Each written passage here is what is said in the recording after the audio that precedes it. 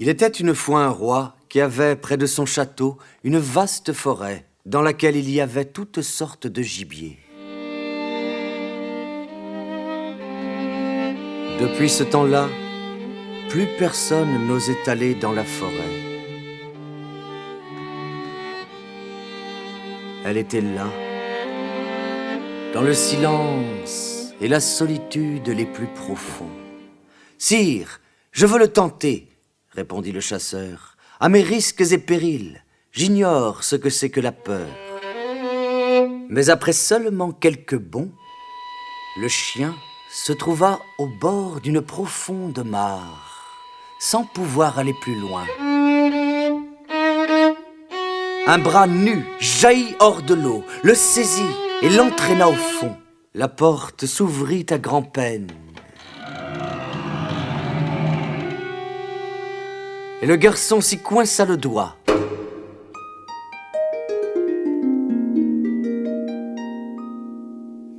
Le lendemain matin, l'homme sauvage le conduisit près d'un puits et lui dit « Regarde, l'eau du puits d'or est aussi claire et pure que du cristal. » Comme il se penchait de plus en plus pour pouvoir se regarder dans les yeux, ses cheveux, qu'il portait longs jusqu'aux épaules, tombèrent dans l'eau.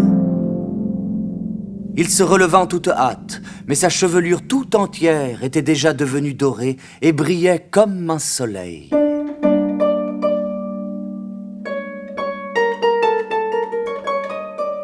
Part dans le vaste monde.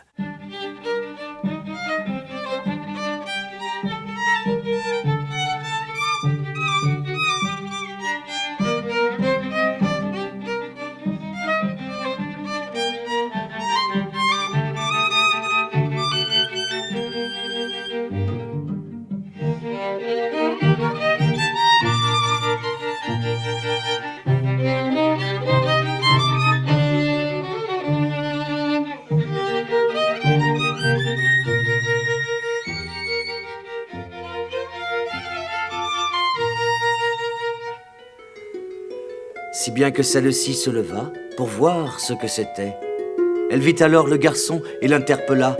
« Hé, garçon, apporte-moi un bouquet de fleurs. » Il remit en toute hâte son chapeau, cueillit des fleurs des champs et en fit un bouquet.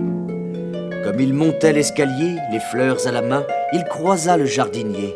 « Comment oses-tu porter à la fille du roi un bouquet de mauvaises fleurs ? Cours vite en chercher d'autres et choisis parmi les plus belles et les plus rares. » Après avoir fait de nouveau ses adieux, la jeune fille pénétra, seule encore, à l'intérieur de la forêt, lentement et en regardant de tous côtés, dans l'espoir d'apercevoir le cavalier de la veille.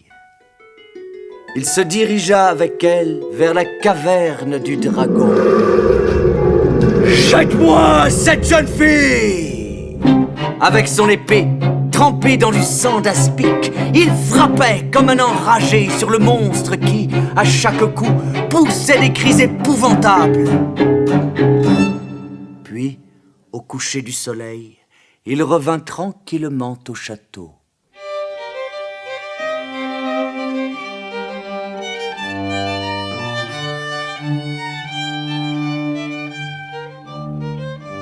Je vais faire annoncer une grande fête qui durera 3 jours, et tu devras lancer une pomme d'or. L'inconnu s'y montrera peut-être. Le 2e jour, l'homme sauvage lui donna l'armure d'un chevalier blanc et un cheval blanc. Il attrapa de nouveau la pomme et il repartit aussitôt, sans s'attarder un seul instant. Le roi se mit en colère et dit « Ce n'est pas permis. Il doit se présenter devant moi et me donner son nom. » Il donna ordre à ses hommes pour le lendemain de poursuivre le chevalier qui attraperait la pomme, et s'il ne faisait pas demi-tour de son plein gré, de l'attaquer. « En voilà un qui ne fait pas de manière, » dit la fille du roi en riant. Mais j'ai bien vu à ses cheveux dorés qu'il avait quelque chose de particulier. Jean de Fer